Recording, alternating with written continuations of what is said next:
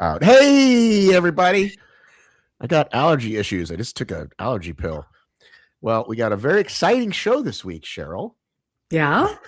Are you going to nod off from your allergy medication? Is that what we're looking forward to? No, I don't take the nod off kind. Okay. I take the all day kind. Well, Cheryl Snow joining me from Las Vegas. Dave working late. He's not going to join us, but we're going to have so much good stuff today. We've got two big topics. One is we got a new Deadly Dozen American manager, regional assistant to the regional manager, whatever Jason decides to call him, coming on. And then, of course, after every DEKA, we've got to get the mayor of Dekatown, Kevin B. Gregory, coming on. So what's happening with you? Not much.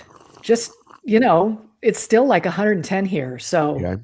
we're just don't you get to a place in August where you're just like, you're done with summer? That's where I'm at. I am too, but I got a little bit of that winter depression thing going on. So I don't like those long, dark days. I love the fall. The fall's amazing, especially here in Georgia. Like I got to say, Atlanta kind of crushes the fall. Yeah.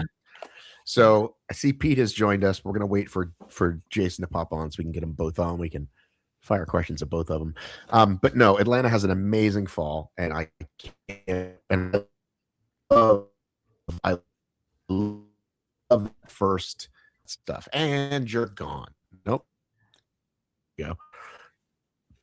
You catch any of that? You're first. A little bit. You were a little fishbowly for me. Ah, shoot. Oh my God. Are we going to have a day like this? Having issues. Did you catch any of that? I caught about half of it. I know. I don't know what to tell you. Oh my God. We've had so many I'm trying issues. my best We've here. had so many fucking issues. Oh my God. I was just saying that fall is great here. And then I'm a little worried about the I did winter. catch that. That's what I was saying. Yes. I actually think fall's great everywhere. I think we're all looking forward to fall. All right. Well, Jay, who I know as Jason, it says he's entered the stage, but I don't see him. And I refuse to bring him on until he's a person. Is he walking around getting his allergy medication? I don't know what he's doing, but it says got a phone with a line through it. Let's just bring him in. Let's bring in Pete and let's bring in Jay. Jay. Nope. Jay's got a fucking Jay. Where are you, mate? What are you doing?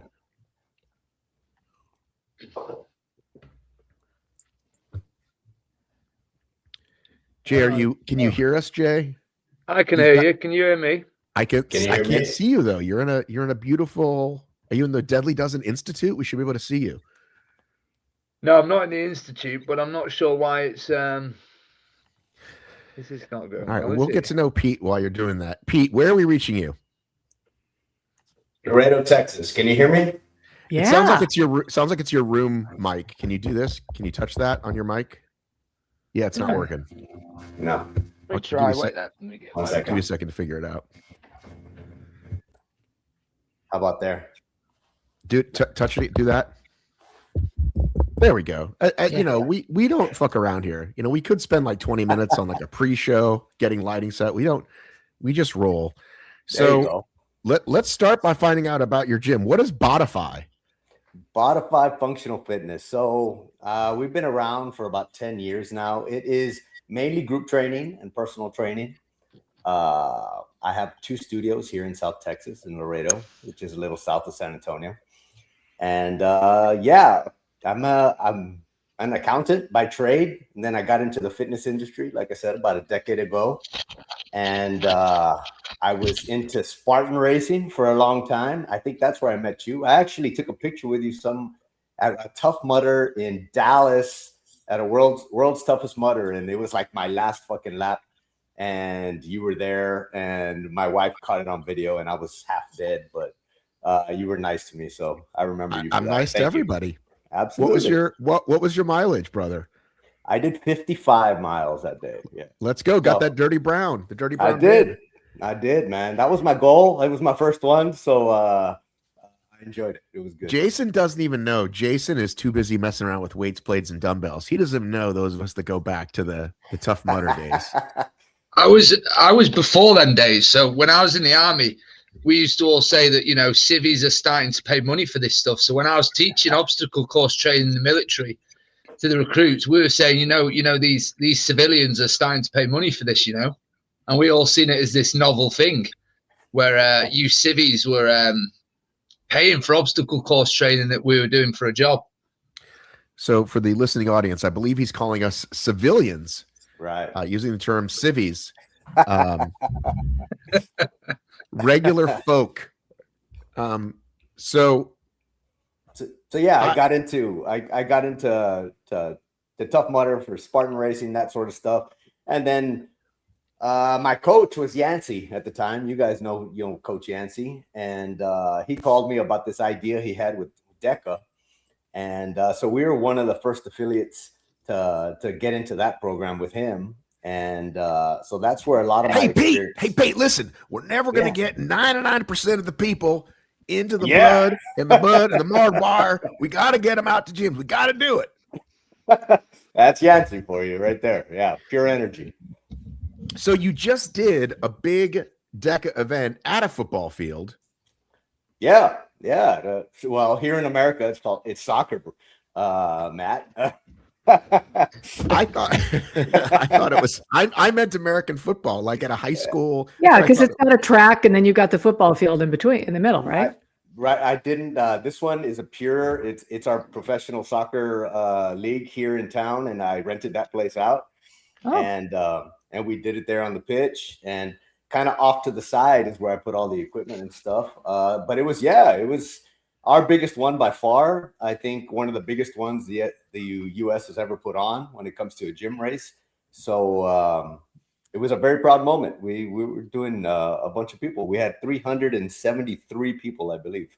Yeah, I went and looked because I'm always I'm a fanatic for industry stuff and numbers, and I think it was 337, maybe not 373. Either way, over 300 is rare. Like, I know that most people, a good gym event, they only have a couple of coaches, people that work at the gyms. You get a couple extra volunteers, 50, 75 maybe. And I think there has been folks that got north of 100, the Ambers and the Bubbles of the world. So very impressed that you got 300 plus. So let's talk about Deadly in America, because I've had Jason on the show here multiple times, going back to day one. How are we going to grow this thing? How are we going to grow this thing? And it appears to be taking off everywhere but here. So what are we going to do to get this thing to take off here in America, land of the free, home of the something? Well, we have all the potential in the world. I mean, it's America. Why is it not working here? I believe that it starts with the affiliate program. I think the affiliate program is very underused here in the US. I think DEKA has built that model to where they have thousands of affiliates. And I think now the way the affiliate program is and the partner gym program is with Deadly Dozen, I think it makes it to where now it's worthwhile for the gym owner to take on an affiliation with Deadly Dozen. Now they can make money. Before, I think it was very hard because there's so much competition in the United States compared to in other places where Deadly Dozen might be doing very well. Here in the United States, we have so many options, even when it comes just to fitness racing, but in all aspects of fitness, there's just so much to choose from. So my plan is to really address the affiliate program throughout the United States, get people buying into what we're doing. Deadly Dozen for a gym owner, me thinking as a gym owner, is how am I going to make money? How am I going to help my members out? Because we all love fitness. We all got in this probably for the same reason. We wanted to help people. We want to feel good about it. It's a beautiful story and we all, love it. But for a gym owner, how am I going to make money? How is this going to help me make money, and how it's going to help me improve my members? So now with this program, you don't have to go buy a bunch of expensive tanks. You don't have to go buy a bunch of expensive equipment. You pretty much have all of this equipment on hand. Now we can run these events, which everybody's in love with nowadays. Everybody's competing every weekend now. So we can put on these gym races the gym can make some money doing that. And then it turns into these big events that I'm not comparing us to HYROX.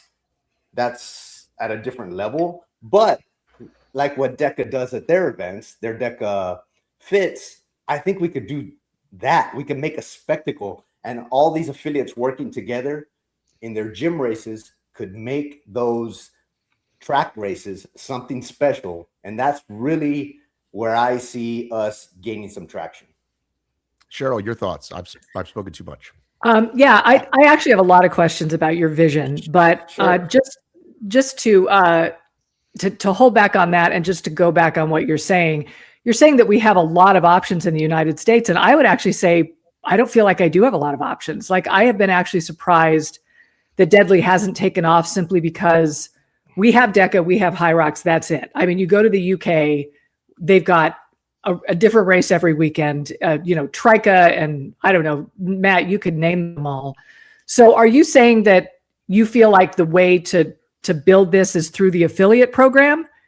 And I'm just wondering what are you just feeling like, because they don't need to buy new equipment, that it's worth it to them to invest in another affiliate, given that they may already be a DEKA affiliate, already a HYROX affiliate?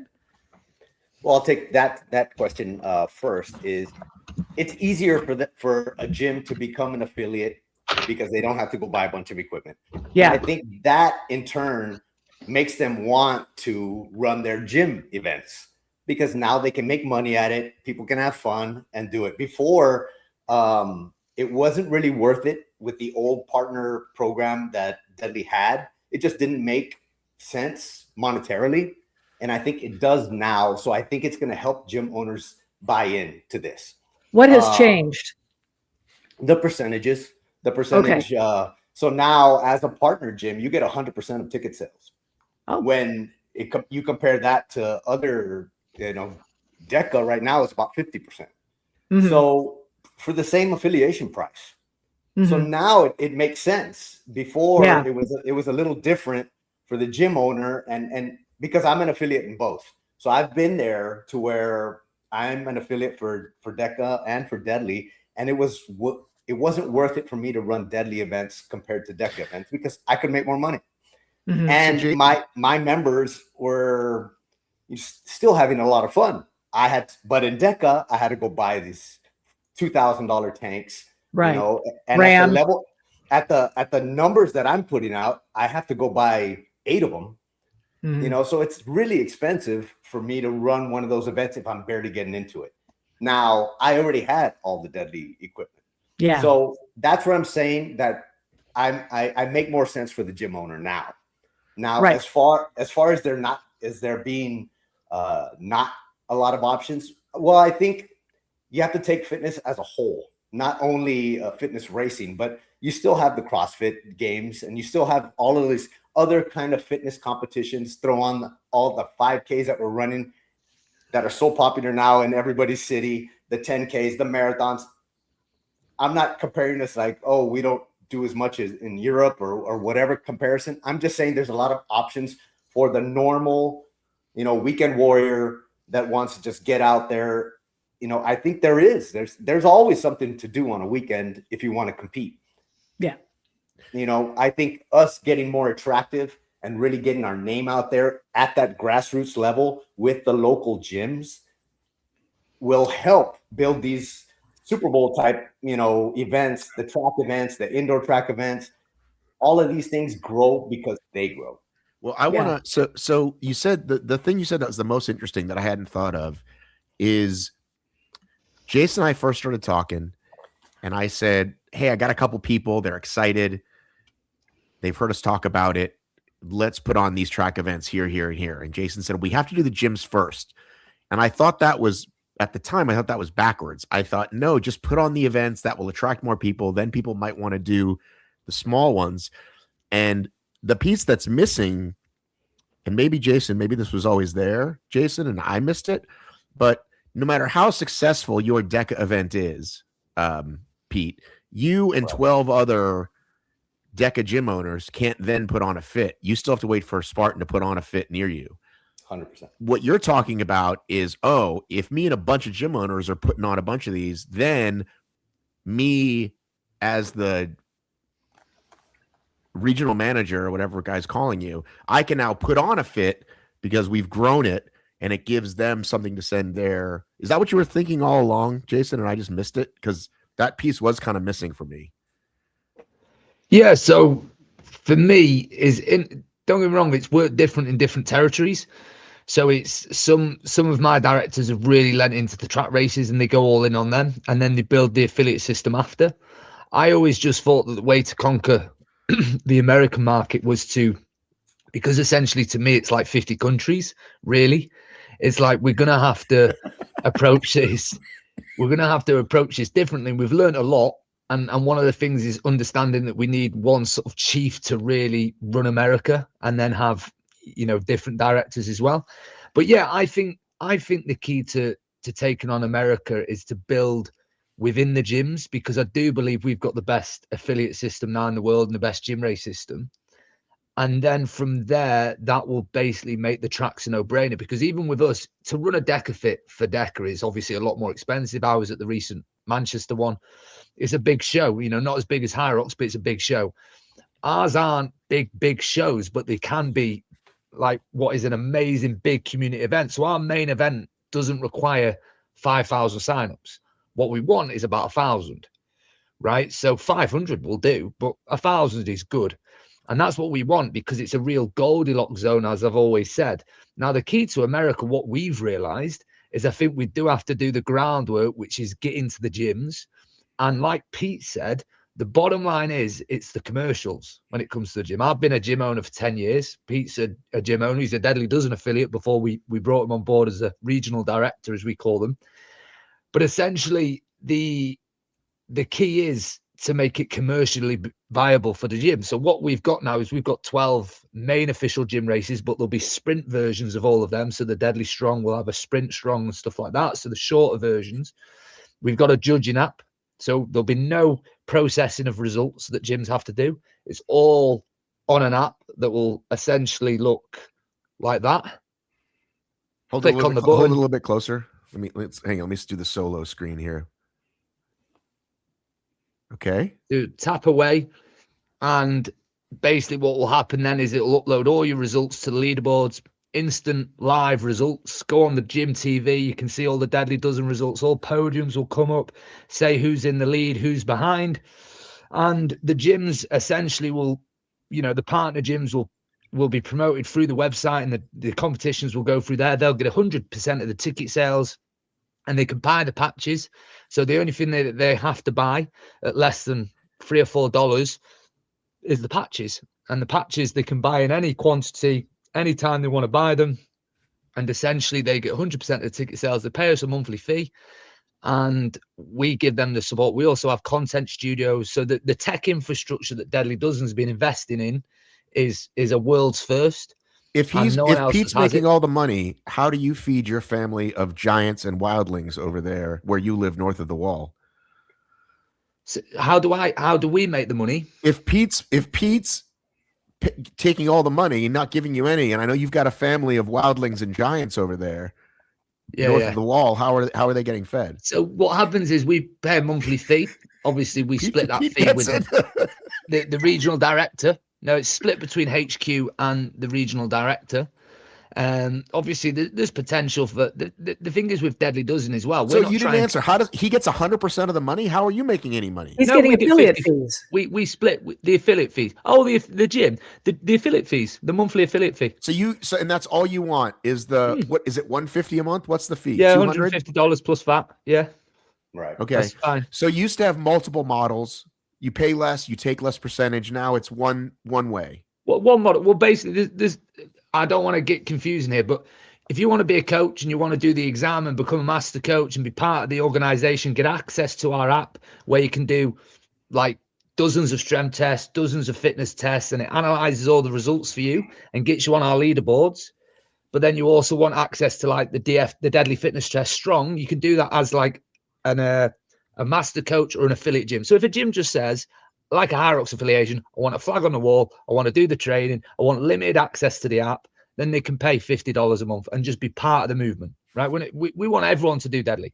Now, if you want to be a partner gym that runs the official races where you can have 100, 200, you could have 20, 50, 100, 250 signups, and you want to take 100% of them ticket sales, and you want it advertised through deadlydozen.com, which is getting, you know, tens of thousands of hits a week, and we want tens of thousands a day, then that's what we do. Now, we're not trying to get 50,000 gyms in America. We're going to be in over 150 countries. We're already in 35. We're expanding into Colombia now with a track race. So we're going into Malaysia, Thailand. So what we want is not thousands of gyms. We want we do thousands of gyms worldwide. So realistically, when it comes to America, that partner gym model is about placing a gym in a location where you are the partner gym. Now, there could be loads of other coaches that are Deadly Dozen coaches and gyms that affiliate. Yeah, I was just talking about the basic. So again, 150. I'm saying this because there's gym owners listening to this right now. So 150 gets me in, and then I put on a fit or a strong. Sorry, I put on any event, and I keep 100% of the ticket sales. Yeah, all you have to do is buy the patches, which you buy the patches at $3 or $4 a patch from our website. Okay. All right, Cheryl, I know you have more questions.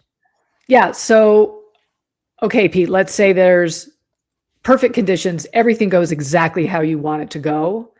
Give me a timeline for, say, somebody like me in Las Vegas to be able to access any number of events, including some track event somewhere in the United States. Kind of how is this looking from the beginning and then built out as we go on?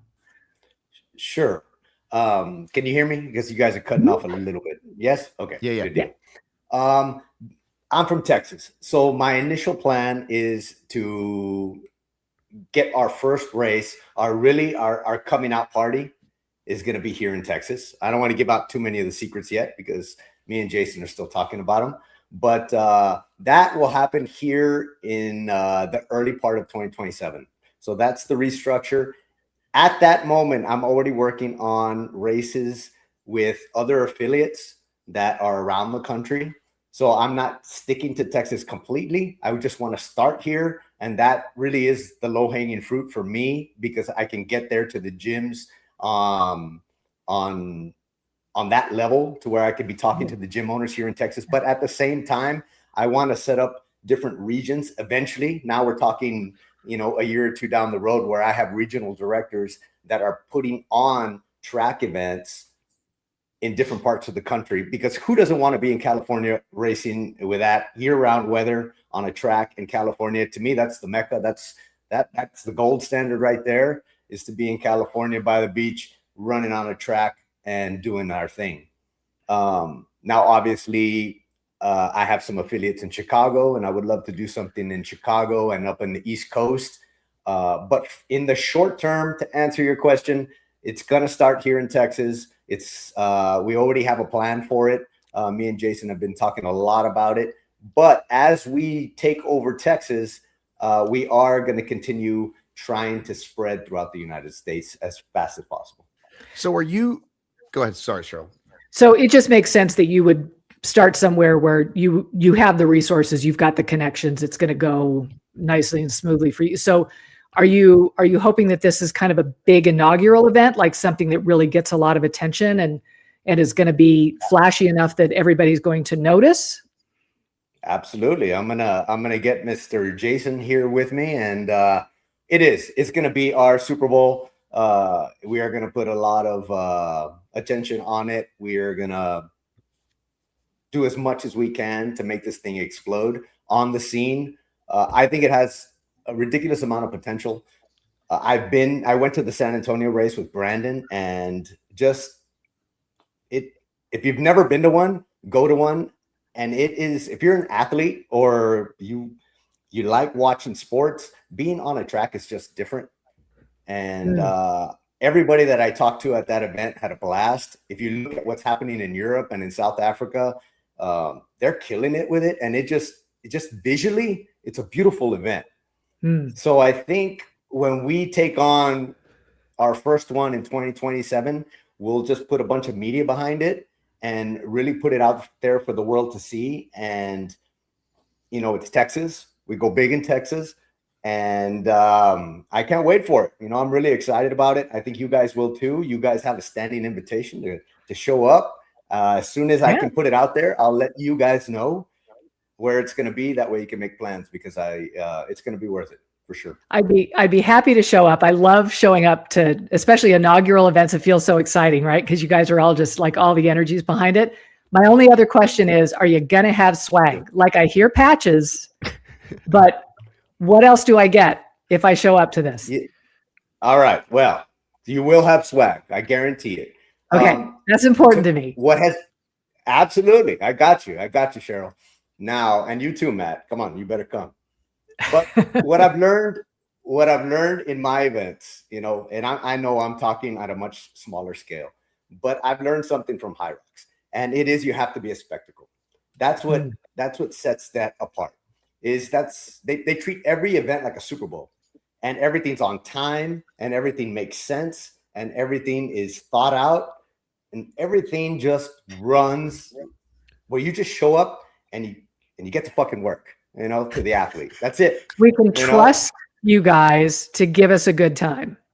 Exactly. I mean, that's why people love HYROX. And that's what I want to bring to these track events, is that little, you know, that spectacle aspect that I think is missing a little bit. And if we can bring that and balance it out with, you know, I don't want to be HYROX. I am for your everyday weekend warrior type, but we can bring a little bit more. So definitely some swag for everybody, Cheryl. Okay, thank you. All right, listen. So we gotta let you go. We gotta bring in our next guest. I am flying tomorrow night, overnight plane, to head to England for HBX, and the next weekend is in fact Deadly Dozen World Champs, the first ever Deadly Dozen World Champs. Jason, what are we looking forward to, buddy? We're looking forward to 60 different nationalities. So 2,500 people, 60 nationalities, competing over 2 days at Crystal Palace. So one of the sort of best tracks and again, this is people like we got people from the north, south, north of the wall, right? Yeah. People coming from Essos, everywhere, right? We've got like the exact numbers is it's majority Brits, but I think we've got 180 people coming from Africa. We've got people coming from Namibia, Kenya.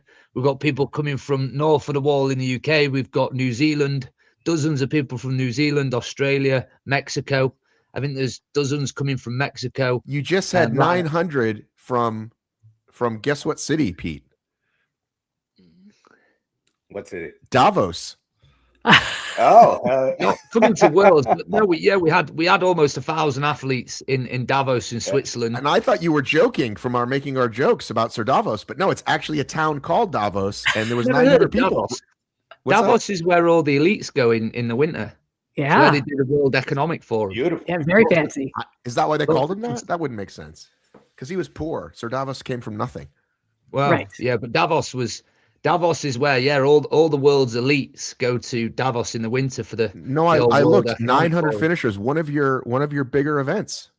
Yeah, well, in Europe, like but in Africa as well, like everything. I think sometimes you don't get all the numbers from Africa, but we're going into Kenya soon, Mauritius. We sell out every event over 1,000 in Africa, really, but in Europe, what we've written, that's probably when you say Africa. Let's be specific. You mean South Africa? South Africa, but we're going into Kenya We're going into Kenya, Mauritius, and Namibia. Right, over 1,100 in the first two events in South Africa, and then in Stellenbosch. Yeah. Stellenbosch was 842. I don't know what that is. It's in South Africa. Okay. It's a wine country. Lovely place. And in Auckland, you had over 1,000. I mean, it's interesting that they're doing better than. I mean, I don't know if you could say better, but certainly more attendees to individual events. You obviously have like 20 events this year. We've but done most of them under 1,000. Yeah, the problem is what we found this year is basically we've done 30 track races when we include the sprint. So we've done every single weekend now for basically 6 months. So next year, let's chop it down a little bit. Yeah, and also we've done too many in similar locations over a month. So basically, we went all in this year, and it's been great. Another thing to look forward to, by the way, is obviously the £120,000 of prize money. But it's in all honesty, what we've learned this year is to do a little bit less events, not every single weekend. Have better strategic placement, because we just took what we could get, really, and sometimes we did like 3 events in the north of the wall, as you call it, whereas what we should be is, I mean, it's common sense, but actually in last year we were basically like, look, we're growing, let's go all in. You know me, I'm going to go all in. We've done events every single weekend now, and actually we would have been better doing 10 less, because we would have been even more sold out and oversubscribed. But actually, like, it's just a massive growth stage. So globally, it's we're selling out a lot of places, but realistically, we could have done with doing 10 events less this year. But I wanted to do every single weekend. We now, in the UK now, we have the team. If you wanted a Saturday, Sunday event, 52 weekends of the year, we can do it. So we've got that team. And the whole idea of Deadly Dozen is we can do 1,000 people on a day, over 1,000, and it's a nice number. And the idea now is to just provide the exact right amount of events. So every weekend there's track races or there's big gym races. Like, for example, my next visit is Paris for a big erg event in Paris Velodrome, which is erg 1 with the row, and then the labors, and then the ski, the labors, the bike. And then I'm off to India for the first event in India in Bengaluru, which should be good. So we've not, I don't want to say too many. Commercially, cash wise, it's more profitable not to do as many, but actually I'm glad that we've proven that we could do every single weekend for 6 months. I'm feeling really behind on all of this. Like, the fact that you've done that much, and here in North America, it's just Pete, you got some work. I got some work to do, for sure. All right, listen, we'll definitely we'll have you back on, Pete, probably as we get closer. Jason, I'm going to spend a lot of time with you, and thanks for coming on, guys. Cheers. Cheers, guys. Well done, guys. Thank you. See you later. All right. Well, there he goes. If you couldn't tell, I'm currently rewatching Game of Thrones. Clearly, you know all the names. I have forgotten all of them. Well, I'm going back through it. It's so fucking good. I mean, I thought I'd been through it more than once, but I hadn't. There's so much stuff I forgot. Like, of course, you remember the massive, like big beats, but there's so many things within those things that you forget. So that's what made it fun. Yeah. Oh, so good. So good. Yeah. Well, because after House of the Dragon ended, I was like, I want more. And it was when Stacey was gone. Stacey was gone for 10 days. And I was like, well, I got to watch something that is not one of our shows. Mm-hmm. What can I dig into? And a lot of Game of Thrones. Yeah. So Kevin, I just messaged. We're going to bring him on. Okay. Send him a link. I have to say, oh, you're cutting out. You're cutting out. So take a deep breath. Maybe it'll.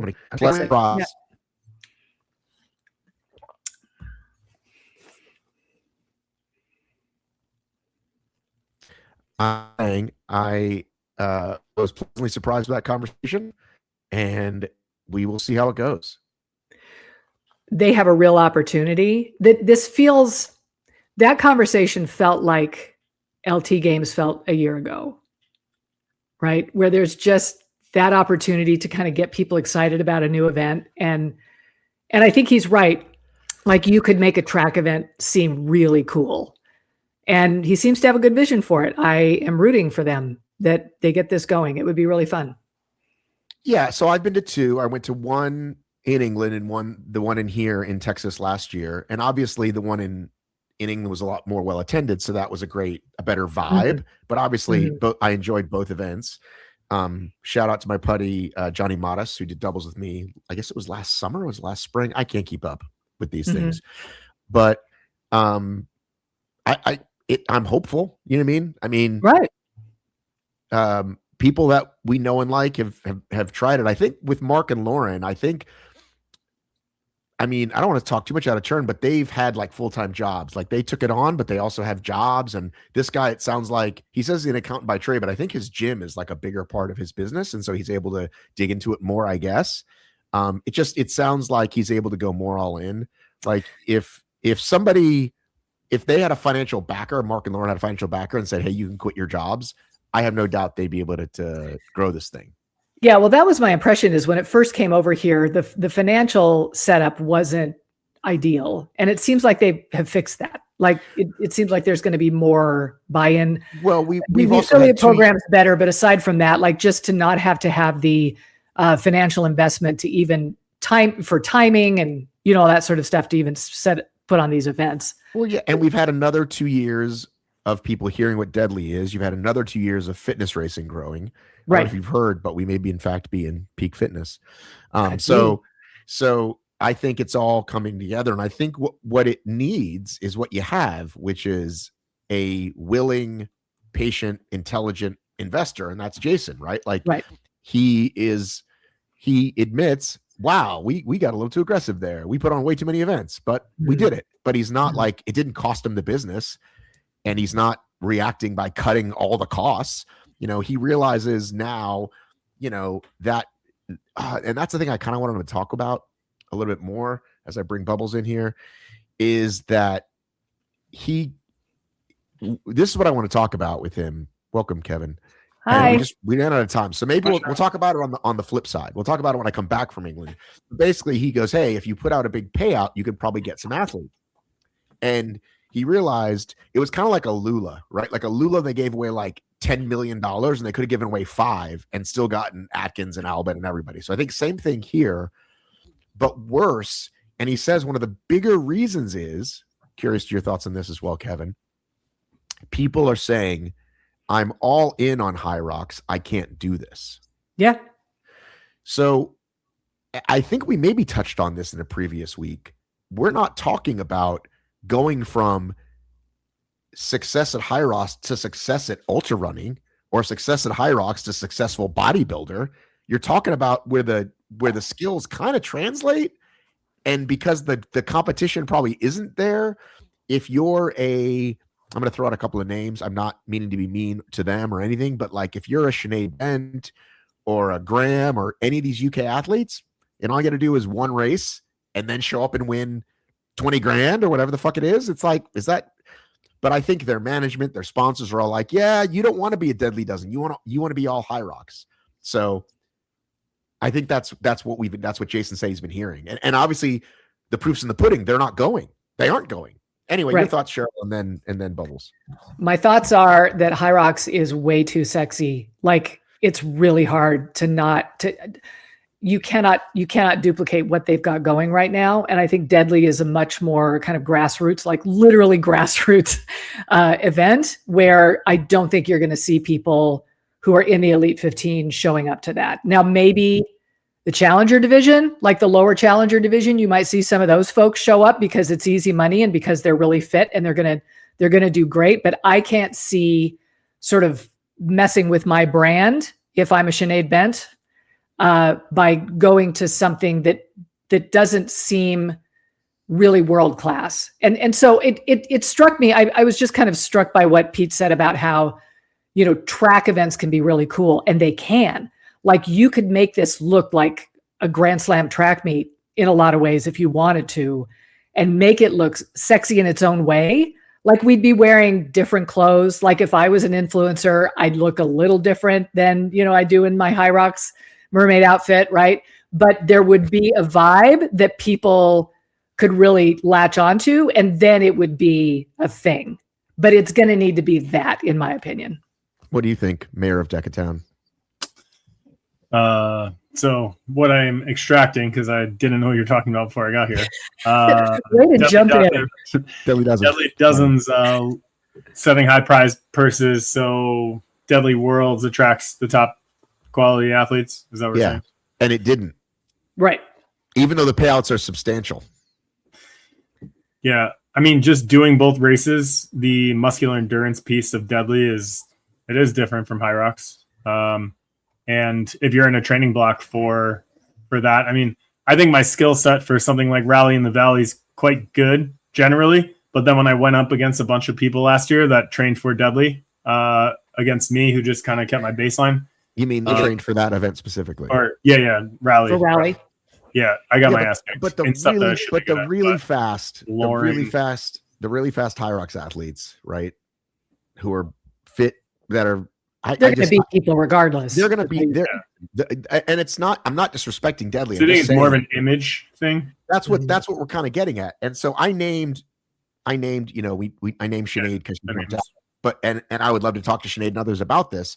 And you know, we know of a couple people off the top of my head that they wouldn't care what their sponsors or agent said if it was nearby anywhere in America. Is this like an LW athlete? You would be there, right? Like, what? Lauren Weeks would be like, I don't care what you say, sponsor. I'm going to this thing. I can win money. I like to express my fitness, right? Mm-hmm. So, I can't think who's the guy version of that even right now. Because in OCR, I would say it was like Killian. Killian would do like the death race and win a world championship in the same year, and nobody else kind of did that. Like, is there? Dylan's done LT twice. Yeah. So Dylan. Yeah, Dylan. Actually, Dylan would probably jump in if it was. If it was nearby. If it, yeah, I think Dylan would do it. Mm-hmm. So there are people who would do it. And again, to me, the barrier to entry is so small. If you're in the UK, you're within a 2-hour fucking drive, and all you had to do was any one of these 6-month races that he talked about to qualify, and then show up to Worlds and win. Well, now I got to pull the stupid thing up because I'm too excited. Hang on, Deadly doesn't. Have you done a Deadly, Kevin? Yeah, I did one Deadly Erg. We hosted it at Underdog on Memorial Day weekend in 2025, and attached to a Underdog HYROX spinoff and a DEKA weekend. So by Monday, everyone was pooped. So we didn't have a good turnout for that one. That's a lot of station work. Mm-hmm. Okay, so solo, you win 12,000 pounds. That's a lot of money, guys. It's a lot of money. That's like 13 or 14 American K for showing up to 2 races. Worth the trip. That's what I'm saying. So I was surprised to hear. I think it's an image issue. It's like you got to get at least 1 or 2 in, and then they invite their friends. Or maybe if you are ducking the competition, maybe if you are what do you call it? Challenger division. I fucking hate Challenger. What do you think, Kevin? What do you think about Challenger? I like D1 better. What do you like? I don't know, D1. I mean, something that's a subset, like the B, not B list, but something that suggests that it's one step down. But Challenger, I don't People know. who are challenging, I think it works. I guess so, but it doesn't have the ring to it. It reminds me of when. How about the 16 through 30?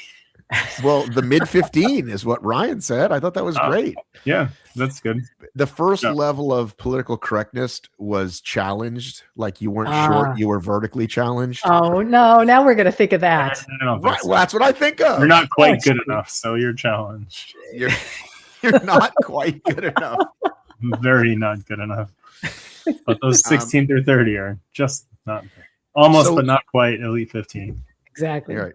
So, well, listen, this guy Pete came on, and he did, in fact, to talk about America, he did, in fact, have a 300 plus turnout, like all finishers, singles and doubles at this cool track event that he did a DEKA. And I'm like, that's Bubbles doesn't even get those at his events. 300 plus. We got close to this last one, but yeah, I've talked to Pete a few times in the last couple of months. I'm really excited what he's doing down there. Yeah. So he could be the guy. And I think it might be, again, it's the whole thing. Cause like, you know, my buddies, Kevin and Mandy, like they did one DEKA, they did one Deadly Gym, and I came to it, and it was like, you know, 20 people came. It was just, nobody had heard of it yet. It's just like, we just need more, what do you call it? Yeah, more excitement, more momentum. Oh. So speaking of momentum, Kevin is here to talk about Raleigh DEKAFIT. First time in that it wasn't like random Spartan Concord, wherever the fuck. Carabas Convention Center. Carabas Convention Center. This time around, so we had I think you said it had a little more energy. I looked at the finishers. It was 1,200, which is about the same as last week. I got a couple of notes. Do you want to hear my notes first? Hit me. Cheryl and I both got messaged. Oh, good. People like to message us. You go that. It's on the app. Is it on the app, Cheryl? It's on the document. Yeah. The Not So Live Show app that we've built. Oh, wow. Trendy. The document that sometimes we populate. All with right. something. So Jabari sent a note. I spoke to Mr. Jabari, House. actually, but he spoke to Cheryl. I have a Yes, few things he got a about that. PB. First of all, he got a PB. So congratulations. That's always a good day. I heard the rock zone was short this time though. From Jabari. That's a joke, guys. I have a few things about DEKAFIT Rally Day 1. Well attended, big crowd in the beginning, thinning out during elite waves, then got packed during the teams. Venue was cold at times, great to race in, but staying around long enough, you will freeze. It felt good though. Volunteers weren't many at stations, usually one person per station, but it worked fine when I race. Not much merch tents, with the exception of Skechers. Jen, who's either a Mick or Amick, said it was her first DEKA. She's done a bunch of HYROXs. Super fun. Only had a volunteer at the sled and someone to remind me to push start on the bike. Otherwise, I was on my own, and my husband counted my reps. I'm sorry. That's funny. So while I know 99.99% of people are honest, I did see some folks end up on the podium who totally didn't fulfill movement standards. Examples: ram, not overhead, and burpees. They should have ended Sunday at 1. Everyone had to sit around until 3:30 for awards, while a few runners sporadically started 1 to 2:30. DEKA could be amazing, but I'm not sure where they just fall short on making it legit. I guess it's lacking volunteers. I volunteered at World Championship last year, and that was so stressful, judging 3 athletes at a time. So more of the same that we've heard, right? Like, gosh golly, they tried, but not enough volunteers. Do you think that thing she said, is that a medal you're cracking on Medal Monday? Yeah, I figured I missed the medal cracking ceremony. So You did, dude. and I sadly don't have one, guys. I'm very fine. sorry. Great minds think alike. Lemon lime. The good news about me not finishing is that they're all gone because River drinks like 7 a day, like a lunatic. So They're I'm waiting so for more good. medal, but they are delicious. Mhm. So, though that last wave, the 1 to 2:30, is it just like, oh, we forgot to move those people up? Because they should do that. That's what Spartan used to do, right? Do you want me set to up- tell you?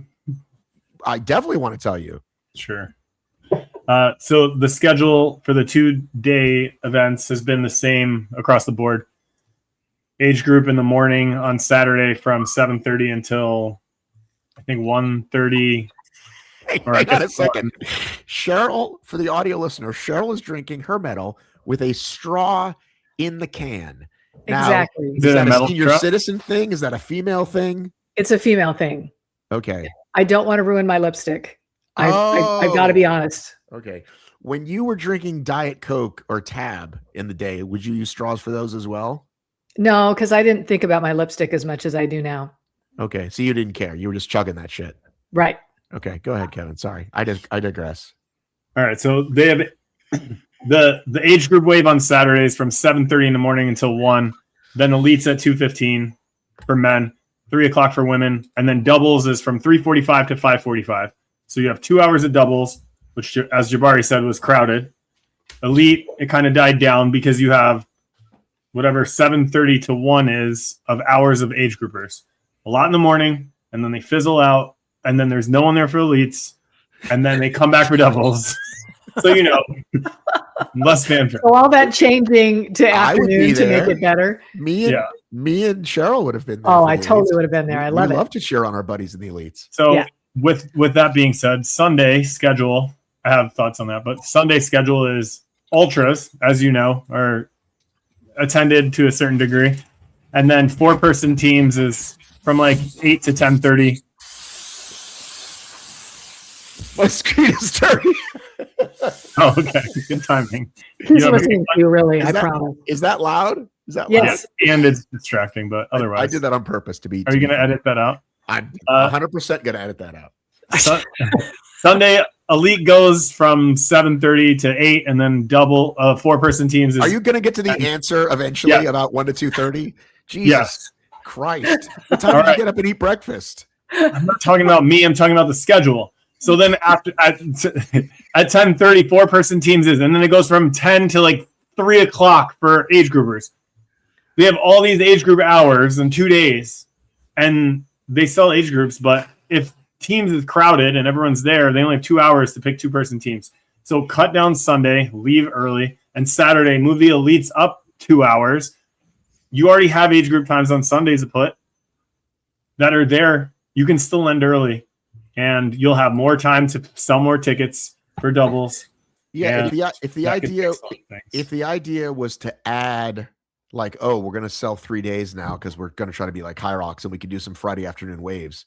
That's one thing. But it on the other end of it, you gotta, because even Spartan, like you buy a range and then they move you. Like you bought the range, now a week before the race, they go, here's where you actually are because that's where the signups were. There's no need to. It's like, Sunday Tough Mudder used to stop at 11 o'clock because why do you need? You don't know. You want a 2:30 wave, you don't get one. Sorry, you get one when the last wave goes out at 11 o'clock.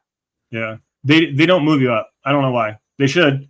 Okay. I mean, for my local events, if we have one outlier at 4 o'clock and the last one's at 2, we're like, hey, come at 2, or we're shutting down. Yeah, exactly. So, I mean, they should do that. The volunteers and the staff, as you know, the volunteers, there's few and far between. So having anyone around. There were like 12 volunteers. I mean, if there's one person per station. I think I didn't pay attention to volunteers when I was watching age groupers in the morning because my first race wasn't until 2. But for Saturday afternoon with elites and then with age groups, they were pretty decent at volunteers at that juncture. And they also gave the people that know what's going on, like experienced judges like Barry Wills, a yellow jersey. So they stand out and that's a referee. They know the rules. And they did a really good job. Like those are volunteers that know what they're doing, not staff. Staff's still in black. But yeah, I volunteered at registration for an hour and a half, 2 hours on Saturday because I went to check in and you couldn't get in with a band and I didn't want to wait in line. So I sat down and checked other people in. And there was like 2 volunteers at the table all day long. And then the one girl, shout out to Yetta from Chicago, who flew in to volunteer at Raleigh after she volunteered in Chicago. And she went out in her solo volunteer heat at the end of 2-person teams because she's like, I'm exhausted, but I just want to get my fit in for my trifecta. And she checked me in. No shit, because there was only 3 of you at the table. But she had great energy the whole day, and she was fun. So I guess what is there to report in general, right? Because it's basically become like the same story. Like everybody everybody's having a pretty good time except no judges. That's kind of seems to be the theme of the year. Yeah. So they did pay out on site. So that was a question we had last time we chatted. Where's the money going to go? It went to Raleigh. We had made a bold guess that perhaps that was to draw out people that live there, like Dylan or Pelkoffer or Tara or Janelle or anybody else that lives in the Carolinas that would seemingly showed up and made that money. She did, and she wasn't on the starting list. She showed up and registered the same day and surprised her. Good for her. She even posted hard workout in the morning or something. And the other people, I was like, is Janelle coming? Because she's not on the list. Like, oh, she posted this hard workout in the morning, but she kicked ass. She took minute and a half. She had a significant improvement over Chicago, where she raced last. And proud to say we had 2 underdogs on the silver podium because that's Josh's favorite color. And Amy Umble was our female on the second place for the females. So that was cool. Really cool to experience. Jack Bauer seating. He predicted I would be 7th and I got 7th. So Jack, he knows his stuff. He's a genius. Yes. It seems like people do have a good time there, but the complaints are always the same. Mm-hmm. I was listening to, my Monday morning ritual is to listen to what Race Brain is talking about. And they actually talked a lot about DEKA this week. They were having kind of a hot takes episode where people had, sent them questions. And their take about DEKA is DEKA coming back? And the thing that they're really focused on is the fact that elite payouts are happening, right? That the fact that you're getting elite payouts on the spot to them signals that, DEKA is doing well. I would beg to differ. I feel like the events in other ways are faltering. And I find it unfortunate because I do think that in some ways there is still momentum simply because the community is great and the races are really fun. People are trying to make it work. And it feels like on DEKA's end, there are just things that keep falling off that they can't seem to fix. I think the culture in the Carolinas is really good. Having like Rose Day at Zeta Wolf, and then the Tardigrade crew, the Listers from Virginia that bring their people down. And I know I'm missing a ton of other ones, but like Karen Guidry is Raleigh based and she has a lot of connections in all the fitness community there. I think that market already has DEKA people. So putting a fit there makes sense. Where Boston, there's a couple of affiliates, but they're not generating, like Rose Day will have a couple hundred people at a DEKA Strong, where Boston, like there's gyms around, but they're not very DEKA focused. We're 2 hours from there. We're 2 hours from New York. So we don't really have, Raleigh has those suburbs, those cities. The venue is good size. The costs, as far as I know, the cost of the venue is a little bit less than Boston, a lot less. Yeah. The cost to stay there is cheaper. It's a city that you can fly into. It was in the city center, so there was a lot of Raleigh stuff there to experience. You could walk and get food and that kind of, like, the benefits of being in a big city, as opposed to some of the other places where they've been, where, you know, Spartan, whatever, park and drive 2 hours to the sticks. So I think if they have, going into 27, I think they learned their lesson with how much money do we want to spend on a venue like Boston, or even Chicago has a lot of DEKA presence with the Walkingtons and Cross Kicks, and there's other gyms there, but the cost of that venue is so high. If they just make a few minor adjustments, put it in cities like Raleigh that people go to that have some sort of affiliate presence, they can save a lot of money on the back end and have a good experience. The venue was a perfect size. It felt big, but it wasn't too big where you're just like, okay, the event ends there, but the wall's like a mile away. The temperature was awesome, by the way. Jabari was on it. It was cold. That sounds really nice. It was super humid outside and super cold inside. And I think that's that was good for me. Well, so go ahead, Matt. Well, so looking at it's okay. So looking at the numbers, you know, we're up overall, right? I mean, I don't know what number is profitable for them. The biggest event so far was actually the first one. The SoCal was just they usually are the biggest, just under 2,000, right? But last year's SoCal was like 1,200, so way bigger. And then the rest of them are all about, so SAC, I'll just round. SAC 1,400, Austin 1,100. Do you want to go over the Delta?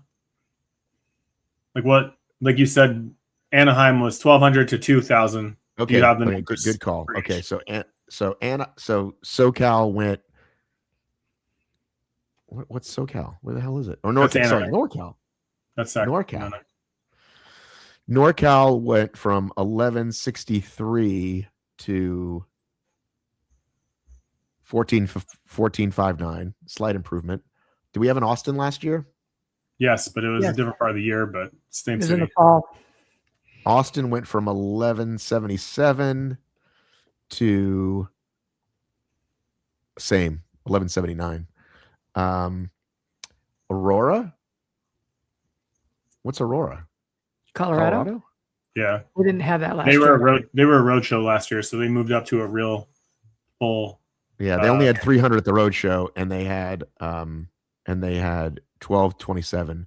Chicago was actually second biggest at 1,826. They didn't have Chicago the year before, did they? They were in Fort Wayne. They moved from Indiana to Chicago. Fort Wayne is as big as Chicago? Philly went from Spooky Nook, the Northeast fit. See, I can't even find them because they're called Spartan names like Northeast. Spooky Nook did more than double. Spooky Nook was 892, and this year Philly was 1,200, so a little bit more, a little less than double. And then this year, from Concord, where'd it go? Carolinas from 932 to 1,203. So we are moving in the right direction. The question is, do we even know what is like? Because Cheryl was pointing out how there's a certain max anyway. Is it 2,000? Like if they figured out the times you guys are talking about, is it 2,000? Is that a profitable amount for them? Profitable amount? That's going to depend a lot on the expense. Like having Well, it that's at what I'm asking. Spooky Nook is like, even if they gave them the venue for free, like I don't know how much they paid Spooky Nook, but they definitely paid a shit ton to be at the Philadelphia Convention Center and like bigger city stuff. But if they had all the volunteers they needed to have the throughput, like you could put way more people through, but they're sending 3 people every 2 minutes because they have 1 volunteer to count all these people's reps. Well, even in that big UK event, it was 6 people at a time, which I was shocked that it was that low. Yeah, Remember? they said they talked didn't. about that? Yeah, they said they didn't have a volunteer problem, but our people on the ground said they definitely had a shortage of volunteers. Was that printed somewhere? We didn't have a problem? No, just talking to people inside the workings. Oh, okay. Well, that's why people listen to this show, because we bring the straight facts, homie.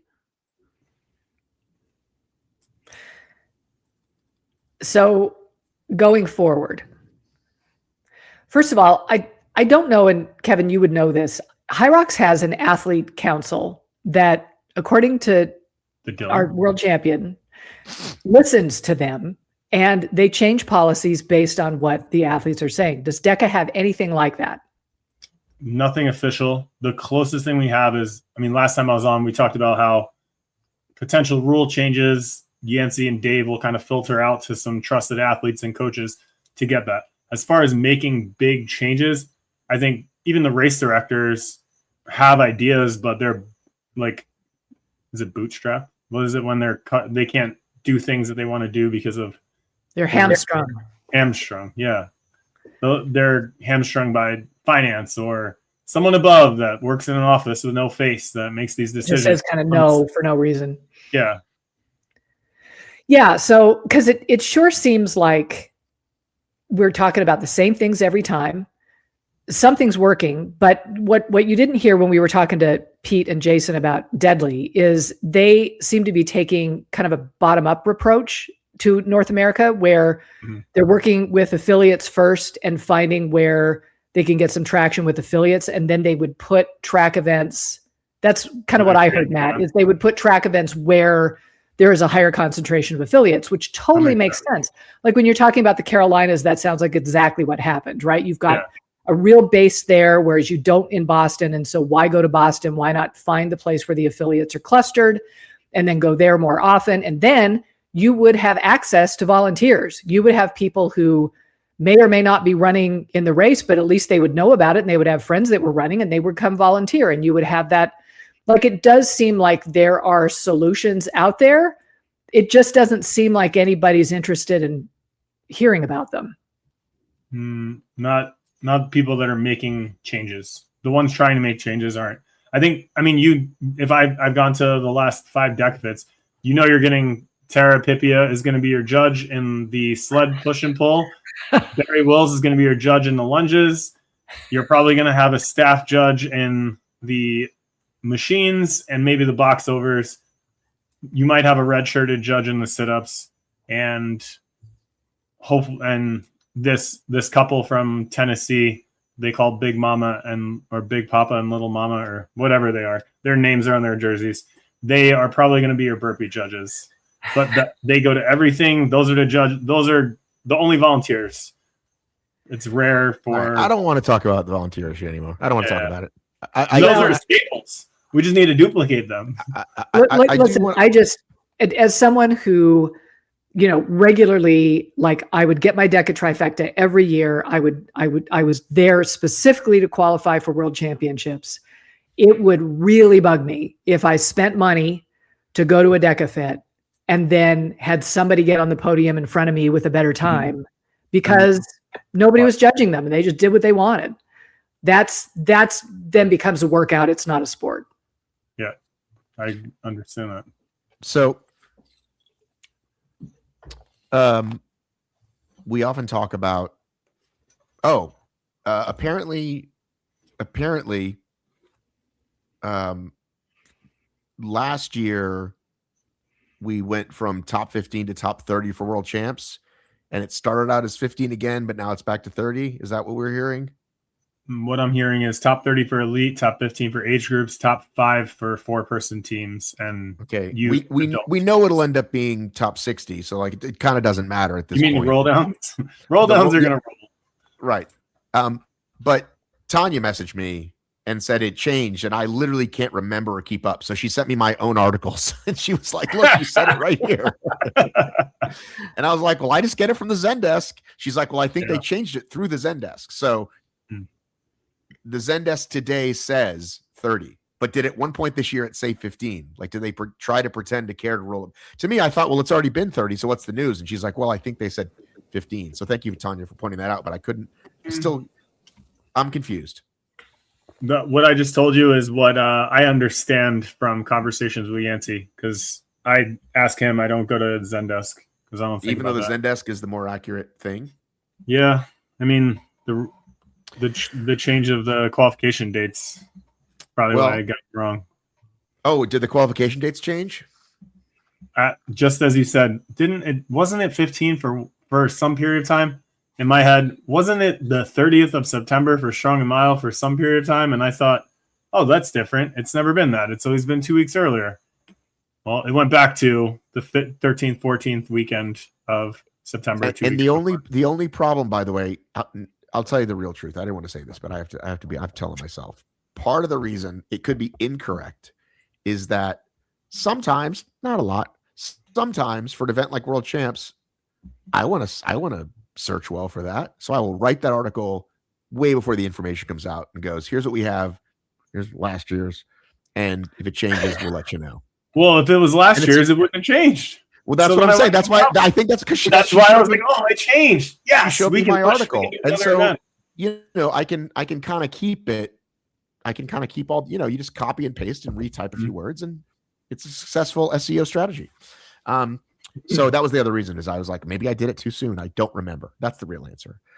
So, but speaking of volunteers, the wave of what the fuck did you do with my volunteer credit situation in America hit UK this week. Yeah. Now, we already saw it coming and heard about it, and they officially put out theirs. Theirs is somehow worse. In what we like to call triple reverse Chinese overtime, where the more you work, the less you make. If that's racist, I'm sorry, but that's what they used to call it when I was a kid. Back when we were all racist. But the question is, I apologize to the entire nation of China. The question is, what do we say on here? We say one of our famous quotes. We have so many, but one of them is, HYROX will always do the right thing when what? After they've exhausted all other options. So will we get the big clawback? We heard you. We listened, community. Will we get the big clawback? One race equals one free, as long as it's this many hours, or at least, non-erg stations, right? Because they didn't even get the erg thing. They didn't even get the 2-for-1 deal, which was official, unofficial. Like I said, theirs is somehow worse. But they're, the English, they're not that, they're different than us. They're not as special. But anyway, just trying to create some controversy. But anyway, do you think, I'll ask both of you, do you start with you, Kevin? Do you think, like many other announcements they made, which they eventually come back to, and you think, why did they ever change it? Do you think they might? I think they'll let a few races happen and see if they have a volunteer problem first. That's what I would do if I was implementing this. As much as people bitch and complain, if it opens up more volunteers, like new volunteers that aren't going to complain, you have more compliant volunteers and they're happy because they're getting what they are. My challenge with volunteering last year for HYROX, or the last couple of years, is no problem getting one slot, but then they're like, well, you can't volunteer again. You're not getting another code. And I was like, all right, well, I'm here. I'd rather volunteer than sit in my Airbnb. So they're like, we'll give you a merch discount. I'm like, okay, I got my free code for volunteer shift number 1. I got my merch discount for number 2. Okay, like at least now if you volunteer a whole weekend, you can get multiple discount codes or multiple race codes. But to answer your question, I think they're going to let it roll for a race or two and see what happens. All right, Cheryl, I asked chat what it means, what Chinese overtime means, but you give me your answer first. We'll let people wait. We'll teaser. We'll play that after the break. Nobody's going to hear what I say. They're just waiting on what you have to say. But look, I agree. Look, why would they change it if they think it's going to work? Right? Like because they heard the people. We listened to you. Oh, I don't think they listen to us actually much. And I think that they wait to see if it's going to work or not. And I think why not let it go a little bit and see if they're having problems getting volunteers, and then they might change it. But I wouldn't be surprised if they let this go a whole season before they change it. I think it's just it is going to remain to be seen how many people, the only chats I saw were, this is no longer worth it for me. Like, why would I work this hard? This translates to pennies on the dollar. It's just not even worth it. And for people, I'm usually the first to say when people get upset about something because they didn't get their flag or something else, and they say, this is my last year or my last one, I'm like, whatever, you'll be at the next one. This is a real thing. They won't come for this. Yeah, it's not worth it. They'll still, right, but they certainly won't volunteer. They might even still race, but they're like, fuck it, I'm not volunteering. Okay, triple Chinese overtime usually refers to a workplace joke / slang, meaning extreme excessive overtime associated stereotypically with Chinese work culture. It can imply working something like 3 shifts in a day, very long hours with little or no rest, a culture where employees are expected to work far behind normal hours. Is it racist? That's me asking chat. Is it racist? It can be. Triple Chinese overtime uses Chinese as a stereotype about Chinese people workplaces. If someone uses it to mock or generalize Chinese people, then yes, it is considered racist or xenophobic. If it's used in a specific workplace or industry context to describe a particular Chinese company's labor practices without generalizing, but the phrase is still potentially stereotypical. Now guess what question it asked me next, because it always has to ask you something else as a follow-up. What do you think it asked me next? Oh, geez. What's this referring to? I don't know. If you could tell me where you heard triple Chinese overtime in the exact sentence, I can judge the context more precisely. Should I say my mouth on a podcast? My parents. When I was growing up.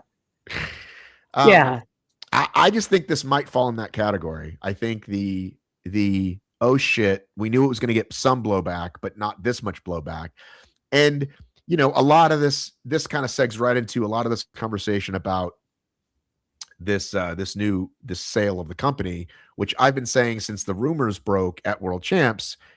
People are like, oh, public, PE ruins everything, private equity ruins everything. It's like, well, it's not the typical faceless PE company buys it and they take over and figure out how to count beans. This is Mo and Christian's baby, and they're going to stay involved. And so, yeah, if someone was doing the bean counting and like, well, we have to hire staffing agencies and that costs X amount. And if we don't have to give away less races, that's if somebody did it truly that way and said, let's see what happens. And then they go, oh, wait, but we didn't realize it fucks over our community so much. Let's go back. You know what I'm saying?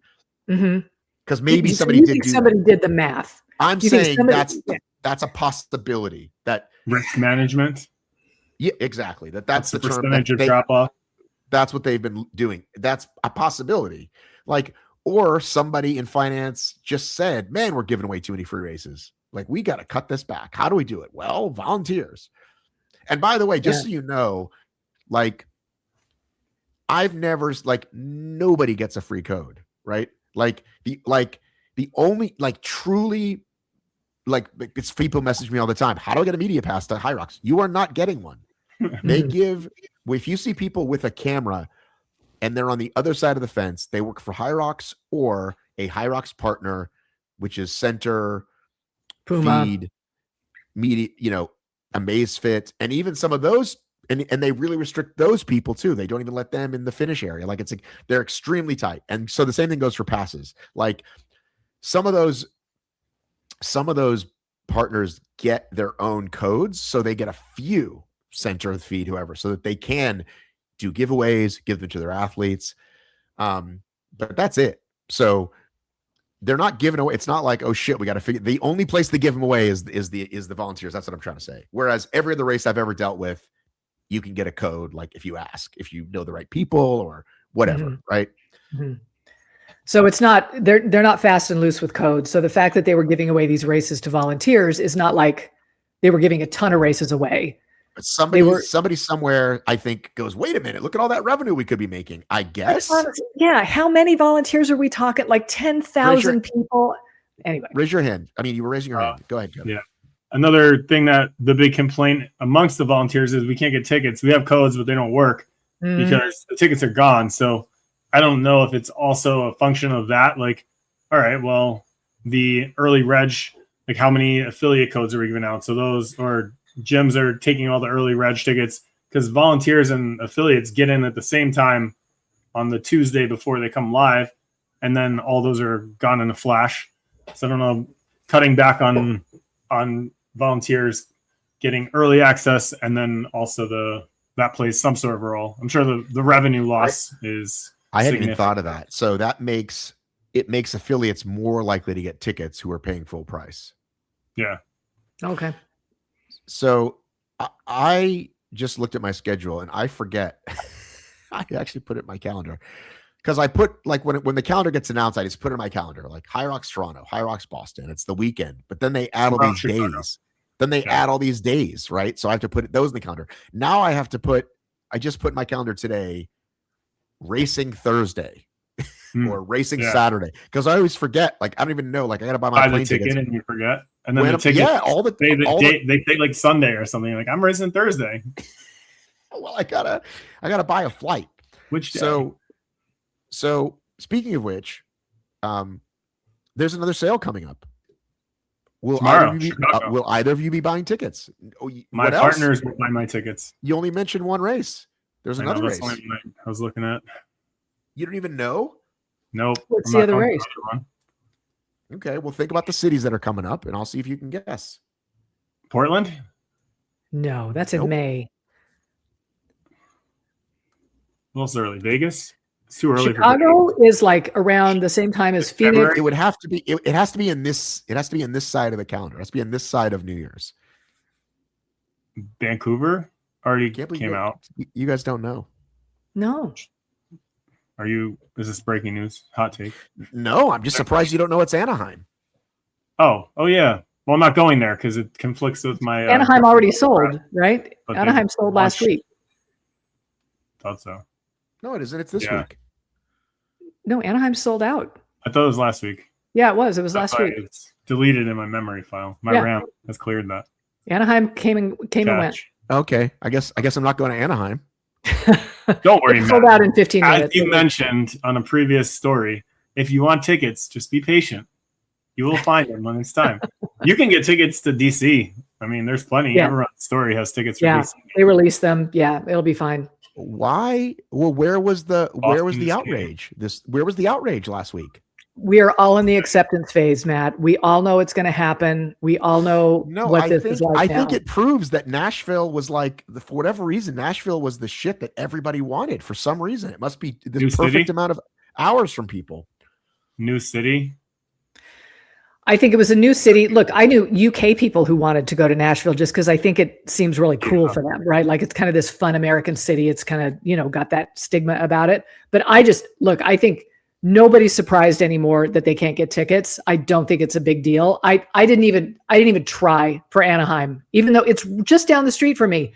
I didn't even try. If I want to go, you're right. Tickets will probably open up later. I just can't believe it. There's usually so many posts about that. Like I said, Nashville. I saw plenty. Where were you?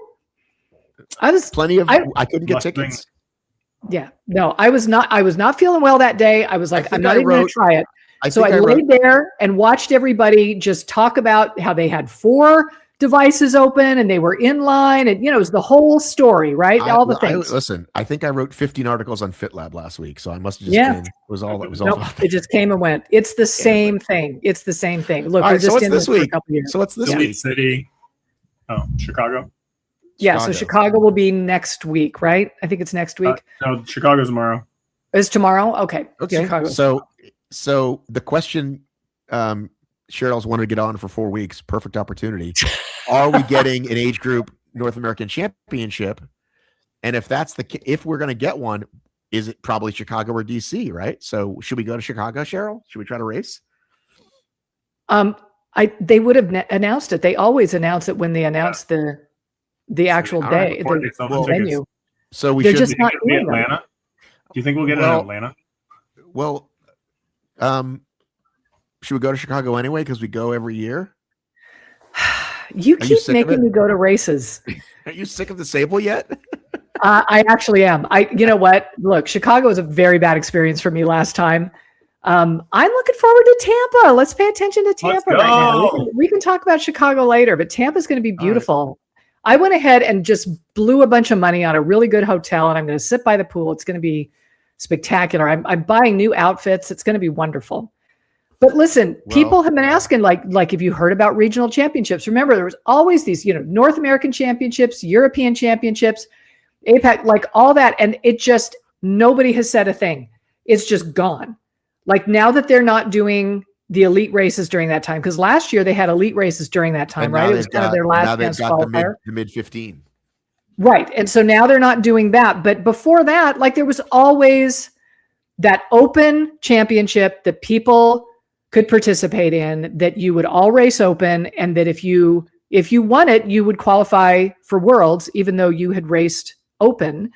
And it's been that way for as long as I've been doing HYROX, which is basically the beginning, like 2021, 2022. And so it's just disappeared. And nobody has said a thing. And I honestly believe that if we were to ask somebody, they'd be like, what are you talking about? We don't even know what you're talking about. Like, it just made me realize well, Matt, you would know this. Is there an actual PR arm for HYROX where we could ask innocuous questions, like not gotcha questions? Google Fittest PR. The company's called Fittest. Okay. You can write them and see if they'll write you back. Okay. I'm going to write them. They stopped answering my questions when I said Xenon might have some issues. They stopped writing me back. They also, it's owned by the same guy. And I mean, that's I can't say for a fact, but what is it called? Correlation causation? Right. Like I used to get emails. I said, hey, Xenon might have some issues. Now I no longer get those emails. And they're owned by the same people. So that could be okay. Wrong. But you are free to reach out to Fittest and ask them. You'll have to let me know, because I just have found it interesting that they've just acted like it's never existed. There's no information at all this year about it. And I think that people really liked it. It's the only other race that you could go to other than Worlds where you could get a medal, where it was kind of a little more special. Hey, go to Asia, get yourself a medal. Get yourself a rowing medal where you can slide the little thing. That's pretty cool. They're cool. Yeah, pretty cool. There will be some surprise guests doing Nashville and Tampa. A pretty cool name. That I can't tell you about yet, I don't think. Sorry, I'm asking. I found out today, and I just asked. And I'm hoping that he'll get back to me. Tell me whether this person's going to race or not. All right, well, I think that's all I had this week. Anything else? Lots of shout out to all the people that came up to me to tell me they like hearing when I'm on the Not So Live show. So thanks, Matt and Cheryl, for giving me this platform to entertain your audience and that does DEKAFITs. And I'll be in Fort Lauderdale for that, and I'll be in DC for HYROX. So I don't know where I'll be judging, bouncing around in DC. So it'll be a blast. Cool.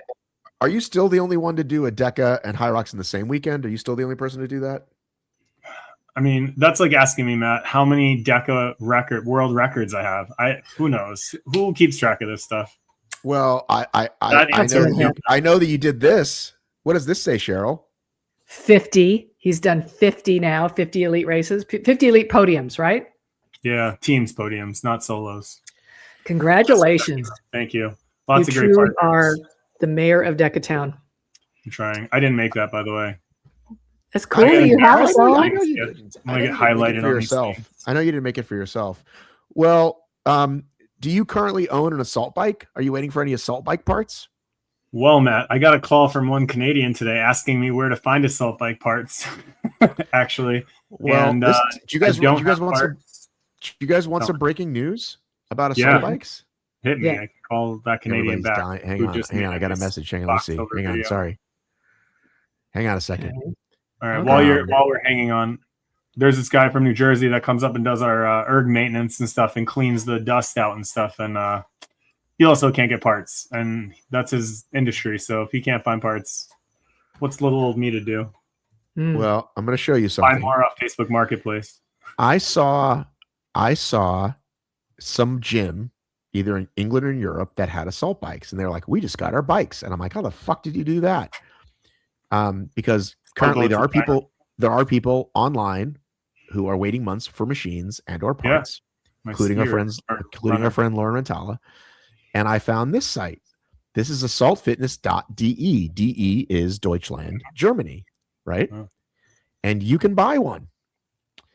So I don't know if they ship to America or not, but this is a distributor, okay, of Assault Fitness. This is not FitLab who owns Assault. This is a distributor. Authorized distributor. And I don't know the exact math yet. I'm going to work up a little article and figure it out. But basically, instead of the distributor taking his cut and the rest going to FitLab, allegedly, unofficially, they get their cut and the rest goes to like directly to the bank or something. Again, I'm going to report the actual facts, but because they were already successful, because I thought, well, why wouldn't anybody just do this? Why wouldn't anybody just open an account and be like, well, I'll be a distributor? But it's messy if you don't already have, the deal going. So if you want to pay extra to have it delivered from Germany or you live in the UK, you can order a bike. But it's a distributor. This is not in fact FitLab's owned company. Go to the Hamburg Major and then check a very big bag. Pat Lieber's going. He wanted to do a HYROX while he was on the cruise, so he's going to Hamburg. Nice. That's all I got this week, guys. Pretty good. All right. See you later. Thanks, Matt. Bye, Cheryl. Bye, Kevin.